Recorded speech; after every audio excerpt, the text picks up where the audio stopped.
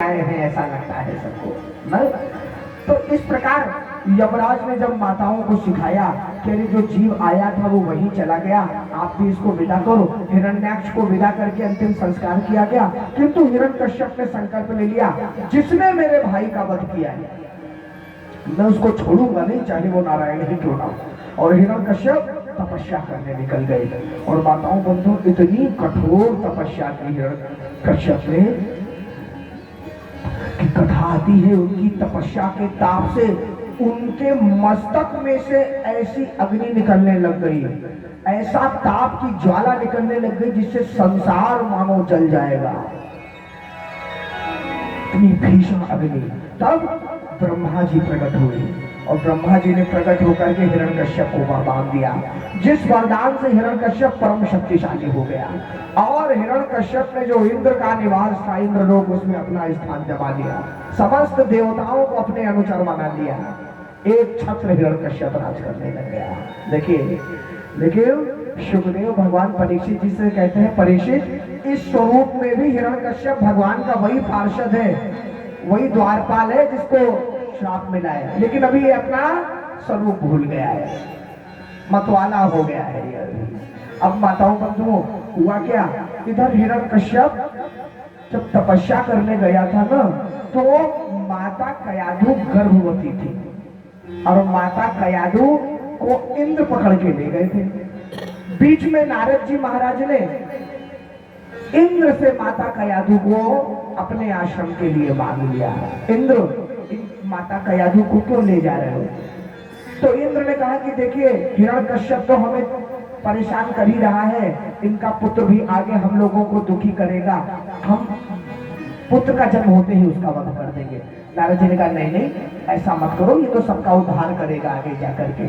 तो इंद्र ने कहा हम वापस अब कैसे रखें जाकर के इनको? तो कहा नहीं आप हमारे आश्रम दे दीजिए। अब नारद जी आश्रम ला करके माता कयाधु को जो उपदेश दिए वही प्रहलाद जी महाराज ने सीख लिया। हिरण्यकश्यप के 4 पुत्र हुए, उनमें सबसे छोटे प्रहलाद जी थे। सबसे छोटे तो थे लेकिन संस्कारों में ज्ञान में सबसे बड़े थे। एक बात समझ लीजिएगा, आयु से कभी आयु अलग विषय है, ज्ञान अलग विषय है ना। तो आपने छोटे छोटे लोगों को भी देखा होगा, बच्चों को देखा होगा बड़े गंभीर होते, और बड़े बड़े वृद्धों को भी देखा होगा जिनको एक उम्र के बाद भी ज्ञान नहीं आता। तो माताओं बंधुओं मैं ये कह रहा था, हिरण्यकश्यप के सबसे छोटे बेटे प्रहलाद जी, लेकिन भगवान के परम भक्त। अब हिरण्यकश्यप के गुरुकुल में जहां पर केवल अर्थ, हिरण्यकश्यप के राक्षसी धर्म जो है और काम, इसकी शिक्षा दी जाती थी न। वहां प्रहलाद जी सारी शिक्षा ग्रहण तो कर लिया करते थे किंतु उसे अच्छा नहीं मानते थे। अब एक बार की घटना है, जिसे होता है ना कि बच्चे जब स्कूल जाते हैं तो जो पिताजी होते हैं वो तो अपना किसानी खेती में, व्यापार आदि में, नौकरी आदि में लगे रहते हैं। तो संडे का समय मिलता है, रविवार का, उसी दिन बच्चे को पकड़ के पूछते हैं एक बात बताओ तुमने स्कूल में क्या सीखा, मास्टर साहब क्या पढ़ा रहे हैं, कौन सी क्लास में पहुंचे, क्या क्या कब एग्जाम है, ऐसी बातें पूछते हैं। तो हिरण्यकश्यप ने भी देखा कि प्रहलाद जी दिन राजमहल में घूम रहे हैं। अवकाश में हिरण्यकश्यप ने बुलाया, जरा उधर आओ प्रहलाद, क्या सीख रहे हो गुरुकुल में, ये तो बताओ, हमको भी कुछ बताओ, अभी तक तुमने क्या सीखा। प्रहलाद जी ने हाथ जोड़ के कहा, प्रभु पिताजी मैंने तो केवल एक ही बात सीखी है जो मुझे बड़ी अच्छी लगती है कि तत्साधु मन्ये असुर वर्ण देहिना सदा समुद्र धियां सदग्रहा हेत्वात्मपातं ग्रहवंधकूपं। कहने का अर्थ है माताओं बंधुओं, इस संसार में जीव मैं और मेरे के दुराग्रह में ऐसे पड़ा रहता है, ये मैं और ये मेरा, इसी के दुराग्रह में पूरा अपना जीवन बिता देता है। और इस संसार में जिस प्रकार अंधे कुएं के ऊपर घास ढक दीजिए ना तो कुएं का पता नहीं पड़ता, लेकिन पास जाओगे तो अंदर गिर जाओगे कि नहीं गिर जाओगे, वैसे ही गृहस्थ आश्रम रूपी अंधे कुएं में इस प्रकार गिर जाता है कि बाहर आने का कोई उपाय उसे मिलता नहीं। जीवन भर केवल गृहस्थ आश्रम को पोषण करने में मैं और मेरा, गृहस्थ आश्रम की सबसे बड़ी समस्या ये है। वैसे तो गृहस्थ आश्रम बड़ा पवित्र आश्रम है, लेकिन यदि उसका सदुपयोग किया जाए, ठीक तरीके से उसको निर्वाह किया जाए, और जहां मैं और मेरा आ गया तब तो अंधा कुआं हो गया ना। भाई मेरी पत्नी, मेरा बच्चा, फिर मेरा नाती, फिर नाती का भी नाती, और फिर उनके भी बच्चे और परिवार और भाई, मेरा मेरा मेरा वो अंधा कुआं है। जीवन भर भी उसको पाटने का प्रयास करोगे तो कभी नहीं पटेगा। कहने का अर्थ है जितना भी कमा के उनको संतुष्ट करने का प्रयास करोगे, कभी गृहस्थ आश्रम में संतुष्ट नहीं कर पाओगे सबको, ना खुद को। इसलिए मन की संतुष्टि आवश्यक है। प्रहलाद जी ने कहा इसी दुराग्रह में पड़ के सब लोग कर्म बंधन में आ जाते हैं और 84 का चक्कर लगाते हैं। मेरा तो केवल ये निवेदन है पिताजी, इन सबको त्याग के वनम गतो यद्भिर्माश्रयेता, जंगल व्यक्ति चला जाए चौथे पन में और भगवान श्री हरि के चरणों का आश्रय ले ले, वही सबसे कल्याण का कार्य है। इतना सुना तो हिरण्यकश्यप ठाका मार के हंसा। हरे उसने कहा देखो तो कैसी बुद्ध में विष्णु जी का चेला वेला तो नहीं है, विष्णु जी खुद ही रूप बदल के तो नहीं रहे, ध्यान रखो बच्चे थे। अब मास्टर साहब ने भी सुना शंडा मर्क ने, तो उनको अच्छा नहीं लगा। उन्होंने कहा कि क्यों भाई प्रहलाद, तुमको इस प्रकार की शिक्षा तो हमने दी नहीं, तुम कैसे इतनी सब बातें बोल दिए वहां पर जाकर के। प्रहलाद जी ने कोई उचित उत्तर नहीं दिया। समय बीता माताओं बंधुओं, फिर एक बार हिरण्यकश्यप अवकाश में प्रहलाद जी को वापस बुलाते हैं। क्यों प्रहलाद, आज बताओ तुमने क्या सीखा। अब गुरुजी बगल में खड़े हैं। प्रहलाद जी ने देखा कि गुरुजी बता दूं मैंने क्या सीखा। गुरुजी अलग डर रहे हैं, जो हमने सिखाया तुम वही बताओगे, न जाने तुम कौन सी बात बता दोगे, फिर हमको डांट पड़ेगी। बताओ बताओ प्रहलाद तुमने क्या सीखा। प्रहलाद ने कहा पिताजी मैंने तो केवल एक ही बात सीखी है, श्रवणम कीर्तनम विष्णु स्मरणम पाद सेवनम अर्चनम वंदनम दास्यम साख्यमात्म निवेदनम। यही 9 प्रकार की भक्ति में यदि जीव अपना मन लगा दे, श्रवण कीर्तन स्मरण, चरणों की सेवा, अर्चनम वंदनम दास्यम साख्यमात्म निवेदनम, तभी जीव का कल्याण है। अब इतना सुना कि हिरण्यकश्यप तो क्रोध से लाल हो गया इस बात। उसने कहा कैसी मेरे बच्चे की बुद्धि बिगाड़ दी तूने, गुरुकुल में ऐसी शिक्षा दे रहे हो तुम लोग। अब शंडा मर्क ने कहा महाराज हमने ऐसी कोई भी शिक्षा नहीं दी, आप विश्वास करिए, हमने ऐसा कुछ नहीं सिखाया प्रहलाद को, न जाने कहां से सब ऐसी ऐसी बातें सीख रहा है। तो हिरण्यकश्यप ने मन में सोचा देखो तो, अरे जिन के काका को नारायण ने मार दिया, हिरण्याक्ष को न, माने अपने शत्रु का भजन कर रहा है, और 5 वर्ष की आयु में अपने माता पिता के लाड प्यार को भी भूल गया ये प्रहलाद। जो अपने माता पिता का नहीं हुआ, परिवार का नहीं हुआ, वो नारायण का ही क्या होगा। हिरण्यकश्यप सोचता है, देखो बात तो ठीक सोची उसने।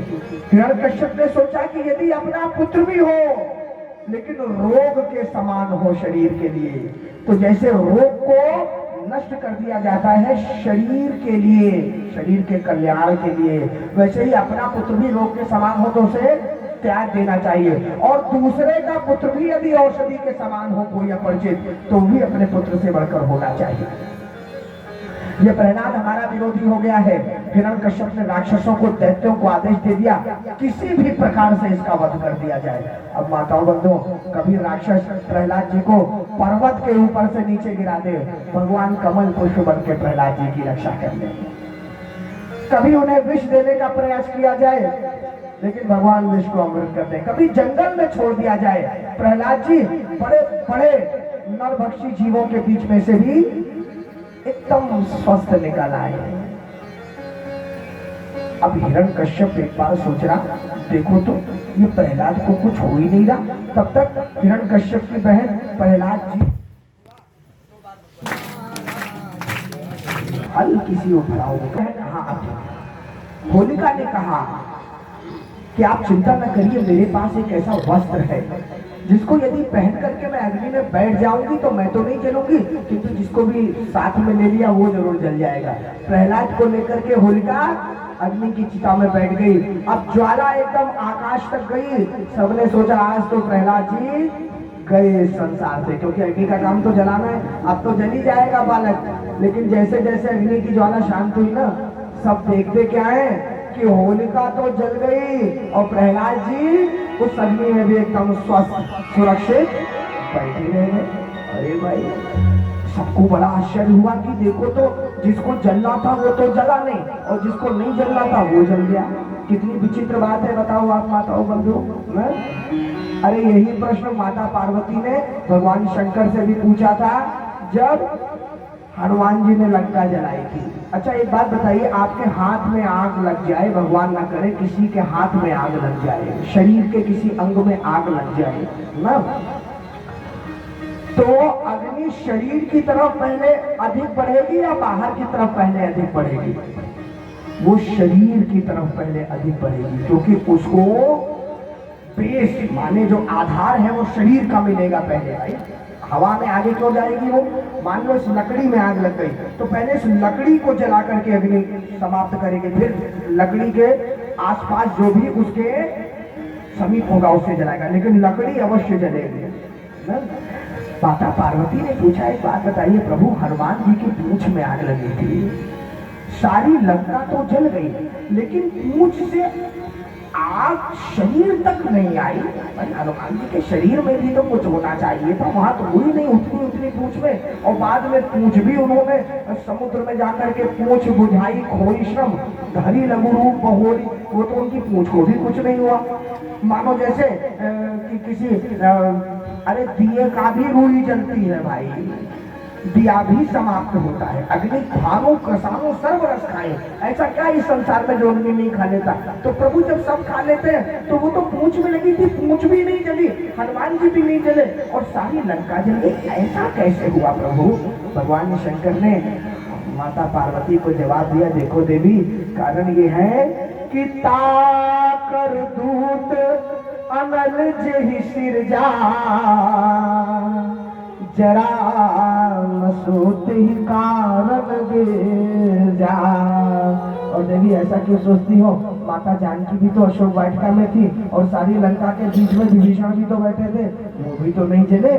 जारा नगर निमिष एक माही, एक विभीषण कर ग्रह नाही। तो कहने का अर्थ है कि अग्नि स्वयं भगवान की दूत है, अग्नि भगवान की कृपा से, भगवान के आदेश से जलाने का काम करते हैं। तो जिसको जलाना है उसको जलाएंगे, जिसको नहीं जलाना है नहीं जलाएंगे।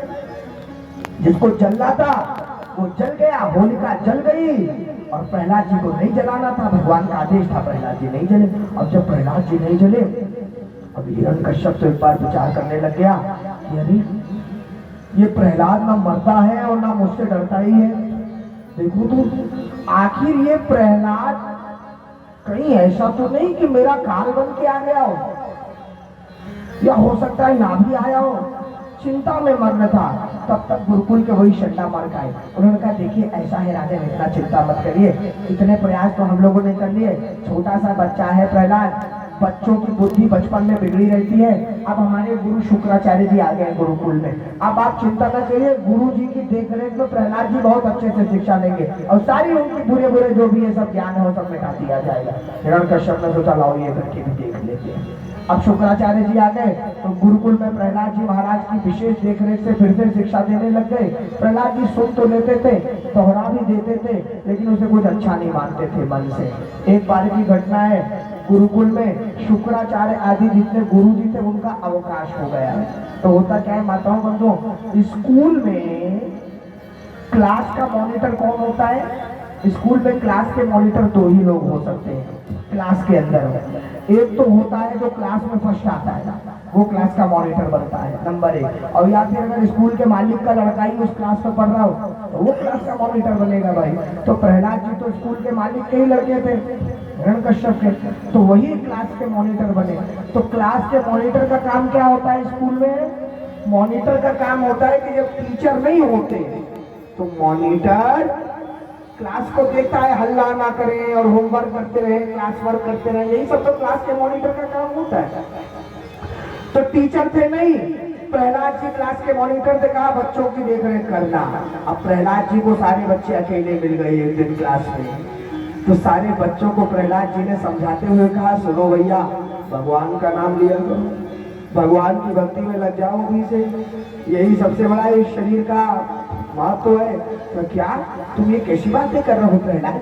प्रहलाद ने कहा मेरे मित्रों, कौमार आचरे प्राज्ञो धर्मानुभागवता नहीं, दुर्लभम मानुषम जन्म तदप्य ध्रुवमर्तदम्। क्या सुंदर बात है। कौमार अवस्था में ही भगवान की भक्ति में लग जाओ, युवा अवस्था की भी प्रतीक्षा मत करो मेरे मित्रों, क्योंकि पहले तो ये मनुष्य जन्म दुर्लभ है और दूसरा अध्रुव है, यानी क्षण भंगुर है, कभी भी चला जाएगा इस संसार में। अरे अभी तो हमारे खेलने खाने के दिन है प्रहलाद, अभी तो आनंद करने के दिन है। प्रहलाद जी ने कहा मेरे मित्रों, सुखमैन्द्रिय कम दैत्या देव योगेन देहिनाम सर्वत्र लभ्यते देवाद्यता दुःखमयत्नतः। अरे तुम कह रहे हो खेलने खाने के दिन है, आनंद करने के दिन है। अरे मेरे मित्रों, सुख विषय भोग तो किसी भी योनि में भोगा जा सकता है। मच्छर का भी अपना विषय भोग है, चींटी का भी अपना विषय भोग है, दैत्यों का भी अपना विषय भोग है, कुकर सुकर भी अपना विषय भोग भोगते हैं। और एक बात बताऊं मित्रों, प्रयास तो इस संसार में हर व्यक्ति सुख के लिए करता है ना, प्रयास तो हर व्यक्ति करता कि सुख रहे, लेकिन दुख आता है कि नहीं आता बोलो? भी हमारे प्रारब्ध में लिखा है तो आएगा, प्रयास करो या ना करो, वैसे ही सुख भी आएगा ही आएगा। समस्या तो तब होती है जब व्यक्ति सुख के लिए अधिक प्रयास करता है, वो नहीं मिलता तो अपने आप ही बिना बुलाया दुख आ जाता है। अरे मेरे मित्रों, एक बात सदैव याद रखना, प्रहलाद जी महाराज ने कहा इस संसार में यदि अभी से भगवान की भक्ति नहीं की, देखिए क्या सुंदर उपदेश है। प्रहलाद जी बच्चों से कह रहे हैं एक बात बताओ बच्चों, अच्छा आप लोग भी एक बात विचार करिए, ये जीवन जो हमको आपको मिला है इसकी आयु कितनी है मनुष्य शरीर की? अरे भाई, आदर्श आयु हम लोग 100 वर्ष कहते थे, पहले कभी 100 वर्ष की आदर्श आयु होती थी, अब तो 100 वर्ष कोई जी जाए, आज तो आशीर्वाद दिया जाता है जीवित श्रद्धा शतम, 100 वर्ष। अरे आपकी 100 वर्ष की उम्र लेके थे, अरे वो तो थी पहले ही, मनुष्य की आयु 100 वर्ष की थी, लेकिन आजकल थोड़ी है 100 वर्ष की किसी की आयु। कोई 80-90 में भी चला जाए ना, हम लोग पूछते क्यों, अरे मेरे दादाजी चले गए, नाना जी चले गए, क्या आयु थी? आप लोग भी पूछते होंगे, वो 90 के थे, तो क्या बोलता है सामने वाला? ठीक है, ठीक ठाक 90 की आयु करके गए, ठीक है, यही कहते ना। ये तो कोई नहीं कहता 10 वर्ष तो यार रह गया, कम हो गया 10 वर्ष, ऐसा तो कोई नहीं कहता ना। अरे गोस्वामी जी ने तो लिखा लघु जीवत संवत पंचदशा कल्पांत न नाश गुमान असा, जीवन 50 वर्ष ही रह जाएगा आगे कलयुग में ना। वैसे चलो हम लोग 100 वर्ष भी मान लें कि हर व्यक्ति यहाँ जो बैठा है सब 100 वर्ष ही जिएगा, तो 100 वर्ष में पहले तो काट दो 50 वर्ष रात के, रात भी तो सोते भी तो हैं 12 घंटे, वो काटोगे तो नहीं काटोगे है? तो अब तो यूं ही 50 वर्ष हो गए कि नहीं हो गए आयु के, बताओ। अब उस 50 वर्ष में व्यक्ति 20 वर्ष तो ये समझ ही नहीं पाता करें कि क्या ना करें युवा अवस्था में। भाई 20 साल तक तो समझ ही नहीं आता है क्या करना है क्या नहीं करना है, और आखिरी के 20 साल में समझ में आता है कि क्या करना है क्या नहीं करना, तो करने लायक नहीं रहते क्योंकि शरीर क्षीर्ण हो जाता है। तो पहले शरीर स्वस्थ था, समझ नहीं थी, अंतिम में समझ है, शरीर स्वस्थ नहीं है, और बीच में जो थोड़ी सी आयु बची उसमें कभी न समाप्त होने वाली कामनाएं, धंधे, परेशानियां, चिंता। अब बताओ भगवान के भजन के लिए उसमें समय कहाँ मिला? अपने कल्याण के लिए कोई समय मिले क्या उसमें? नहीं मिला। प्रहलाद जी महाराज ने कहा मेरे मित्रों, ये बहुत अल्प समय के लिए हम लोग इस संसार में आए हैं, भगवान की भक्ति में अपना मन लगा दो। तो सारे मित्रों ने कहा ये तो प्रहलाद तुम हमको आउट ऑफ सिलेबस बता रहे हो, हमारे कोर्स में तो यही कहीं है ही नहीं किसी किताब में, कहाँ से पढ़ा तुमने ये? प्रहलाद जी ने कहा देखिए यहाँ के स्कूल के इसमें नहीं है, लेकिन हमारे गुरुजी नारद जी महाराज ने हमको ये शिक्षा दी है जब हम हमारी माता के गर्भ में थे। अब सारे बच्चे भी भगवान की भक्ति में लग गए। हिरण्यकश्यप को यह बात पता पड़ी, उसने कहा कि देखो तो खुद तो प्रहलाद बिगड़ा ही है, सारे बच्चों को भी मेरा विरोधी कर रहा है, सारी प्रजा को विरोधी कर रहा है। तो हिरण्यकश्यप ने क्रोध में आके एक बार प्रहलाद को बुलाया और प्रहलाद को बुला के कहा एक बात सुनो प्रहलाद, अरे मेरी भुरुक्ति टेढ़ी हो जाती है ना तो बड़े बड़े लोकपाल कांपने लग जाते हैं, मेरे सामने कोई खड़े होने की हिम्मत नहीं कर पाता। और प्रहलाद तुम किसकी ताकत पर, किसके बल पर मेरा ही विरोध कर रहे हो? छोटे से बालक हो, किसके बल पर इतनी सब तुम विरोध के लिए तैयार हो गए हो? मेरे सामने खड़े रहते हो हमेशा, बड़े बड़े मेरे सामने मेरा विरोध नहीं कर पाते, तुम्हारे पीछे ऐसी कौन सी ताकत है ये तो बताओ। हम लोग कहते हैं बताओ कई बार इस बात को, अरे सामान्य रूप से झगड़ा होता है तो कहते हैं कि नहीं कहते कि भैया कौन है तुम्हारे पीछे, जाओ जो हो ले आना उसको, जो भी तुम्हारा हो। कहते हैं जब झगड़ा हो जाता है वो भी कहता है हाँ हमारे मंत्री जी से पहचान है, कि हमारे सांसद जी से, कि विधायक जी से, जो भी कहता है वो अपने हिसाब से ना, किसके आदमी हो उसके आदमी है। अच्छा अच्छा ठीक है, ऐसी बात होती। तो हिरण्यकश्यप ने कहा कौन है भाई जिसके पीछे तुम इतना सब हमसे विरोध कर रहे हो, किसके बल पर ये सब कर रहे हो प्रहलाद, ये तो बताओ। प्रहलाद जी महाराज ने कहा ऐसा है पिताजी,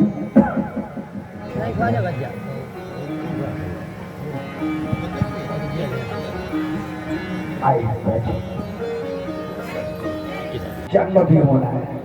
आज हम एक आपको फिर से दूसरी बार एक बार रिपीट कर दे रहे हैं, गांव में बहुत बार हम इस बात को रिपीट करते हैं ना, आज फिर रिपीट कर दे रहे चौथे दिन। सब लोग ध्यान से, जहां जहां तक लोग बैठे हो ध्यान से, सब माताएं बंधुएं कथा बने वक्त कथा चल रही हो तो उसके बीच में कुछ भी मंच पर आकर के आप आते हैं सीधे, और सीधे मंच पर आते हैं कोई भी आकर के पुष्पम पत्रम फलम तोयम यो में भक्त्या प्रयक्षति, ये आपका भाव है, इस भाव का मैं सम्मान करता हूँ। लेकिन मैं किसी भी कथा के पंडाल के लिए आपको एक सचेत कर रहा हूँ एक नियम से, किसी भी कथा के पंडाल में जाइए और चले या तो कथा से पहले आ जाइए, ठीक है तो बात समझ में आई। कथा के बीच में आकर के सीधा मंच पे मत आइए, कृपा करके। आप या तो भजन होने का प्रतीक्षा करें कि बीच में भजन हो रहा है तब मैं अपने भाव जो भी पुष्प पत्र है चढ़ाऊं, और या फिर कथा विराम तक यदि मुझे बैठना है तो जब कथा विराम की आरती होगी तब मैं अपने पुष्प पत्र चढ़ाऊंगा। कभी भी कथा के बीच में एकदम से आकर के और चढ़ाने का कारण समझिए उसका, आप अपने भाव से चले आते हैं, कथा सुनाने वाला और सुनने वाला दोनों का ध्यान आपकी तरफ जाता है। कोई कैसेट तो चलती नहीं है मंच से ना, हम भी कथा सुनाते हैं और आप लोग भी कथा सुनते हैं, तो जो तल्लीनता होती है कथा में, आत्मा से परमात्मा का जो मिलन होता है, तार बंध जाता है, वो तार कहीं ना कहीं जैसे बिजली का ट्रिप होता है ना, उस प्रकार से वो तार होने लगता है। तो उसमें क्या कि आप करने तो आते हैं पुण्य, लेकिन वो पुण्य के बदले आप गड़बड़ कर देते हैं, बाधा बन जाते हैं। तो इसलिए सदैव इस बात को प्रयास किया करिए। इस बात को इसीलिए मैंने फिर इस बार जनता के बीच में बोला कि एकदम से वहां से चले आ रहे हैं तो ये नहीं कि सीधे आकर के मंच पर और पुष्प पत्र करिए, लेकिन कब, या तो भजन तक प्रतीक्षा करिए और या फिर कथा विराम तक, और या फिर कथा से पहले आ जाइए, जैसा कि मैंने कहा आरती हो रही है उस समय सब कर ना। तो ये यही नहीं, सिद्धों में भी कथा होती रहती है, सब जगह होती रहती है। इस बात को एकदम दिमाग में बिठा लीजिए अच्छी तरीके से, ठीक। ये आप लोगों के लाभ के लिए बात है, मैं बताऊं बंधु।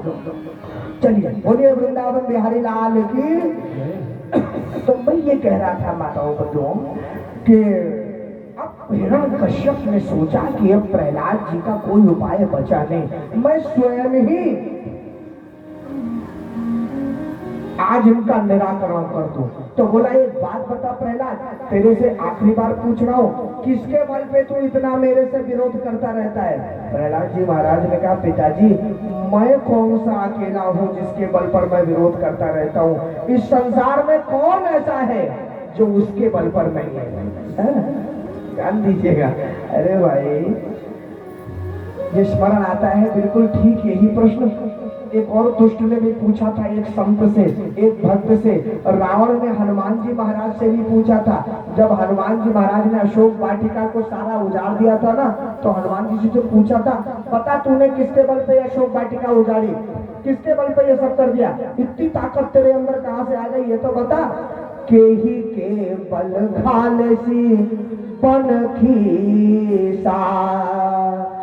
उसको कहा गया वो माइक वाले जो आए ना, तो उनको बताना, बुलाना जरा। तो किसके बल पे किया? तो हनुमान जी महाराज ने भी कहा कि अरे रावण, कोई मैंने अकेले उसके बल पे नहीं किया है। इस संसार में सब कुछ उसी के बल पे चलता है। तू भी उसी के बल पे, मैं भी उसी के बल पे हूँ। जाके बल बिरंची हरीसा, पालक सृजत हरत दस सीसा, जा बल शीस धरत सहसान, अंड कोश समेत गिरिकान, खरदूषण त्रिसरारु बाली, पधे सकल अतुलित बलशाली, हर को दंड कठिन जहि भंजा, तेहि समेत नृप दल मद गंजा, जाके बल लवलेश तय, जिते चराचर झारे, तासु दूत मैं जाकर हरियाणा प्रिय नारी, धरई जो विविध देह सोत्राता, तुमसे सठन सिखावन दाता। आवाज बहुत अच्छी, लेकिन कल वाला मामला नहीं है कि हाँ अब कुछ ठीक हुआ, कल जैसी जिससे आवाज इस पर। प्रहलाद तू किसके बल पर मेरे सामने मेरा विरोध करता है? प्रहलाद जी महाराज ने कहा, पिताजी न केवलम में भवदश राजन, सवय बलम बलिनाम चापरेशा, परे वरे में स्थिर जंग माये, ब्रह्मादयो ये वंश प्रणीता। केवल मैं नहीं हूं उनके बल पे पिताजी, ब्रह्मादि देवता भी उन्हीं के बल पे हैं। स्थिर जंगम जो भी संसार में दिख रहा है सभी उनके बल पर है। तो हिरण्यकश्यप ने कहा, अच्छा सब उनके बल पे है। तो निकाली कृपाण और कहा, चल आज तुझे वही बचाए, देखता हूँ कहाँ से आते हैं वो। प्रहलाद जी ने कहा, पिताजी आप मुझे मारेंगे उससे पहले मेरे प्रभु मुझे बचाने आ जाएंगे। देखिए प्रहलाद जी का विश्वास। तो हिरण्यकश्यप ने कहा, क्या इस खंबे में भी तेरे प्रभु है, निकल के बचा लेंगे तुझे? हाँ बचा लेंगे। और हिरण्यकश्यप ने जैसे ही कृपाण निकाली, माताओं बंधुओं, खंबे से ऐसी गर्जना हुई कि हिरण्यकश्यप तलवार चलाते चलाते रुक गए और घबरा गए। एकदम खंबे की तरफ देखते हैं तो खंबा फाड़ के नरसिंह भगवान वैसे निकले प्रहलाद जी को बचाने, जैसे जड़ भरत जी को बचाने के लिए भद्रकाली माता एकदम मूर्ति फाड़ के नहीं निकली थी, वैसे निकले और निकल के हिरण्यकश्यप की तरफ बढ़ने लग गए। ऐसा विकराल स्वरूप नरसिंह भगवान का। हिरण्यकश्यप ने जब देखा तो कहा, देखो महाराज आप जो भी हो आप मेरा वध नहीं कर सकते हो। नरसिंह भगवान ने कहा, क्यों?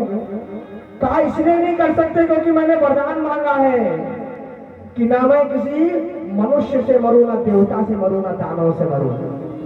नरसिंह भगवान ने कहा, तो आप हमें ठीक से देखिए, ना हम मनुष्य ही हैं, ना देवता ही है, ना दानव ही है।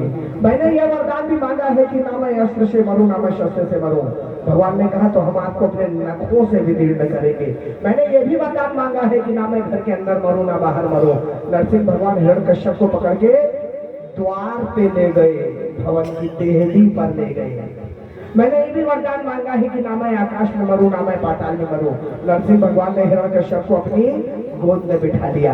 मैंने ये भी वरदान मांगा है कि मैं दिन में मरूंगा, रात्रि में मरूं। और भगवान ने उसी काल समय संध्या काल की उत्पत्ति कर दी। मैंने ये भी वरदान मांगा है कि मैं 12 महीने में किसी महीने पे मरना मरूं।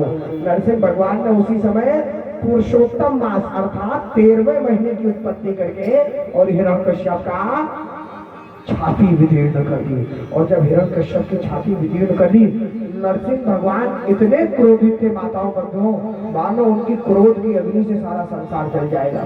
सारे देवता, विद्याधर, गंधर्व आदि भगवान की विनती करने आए कि प्रभु आप अपने क्रोध को शांत कर लो। लेकिन हिम्मत किसकी पड़े कि जाकर के उनके सामने खड़े होकर बोले कि प्रभु शांत हो जाए, कहीं उन्हीं के ऊपर कुछ ना कर दे। तो सब घबरा रहे, तो सबने सोचा तो केवल एक ही उपाय है इनके क्रोध को शांत करने का। क्या? एक बात बताइए माताओं बंधु, आप भैया लोग कितना भी गुस्सा होते होंगे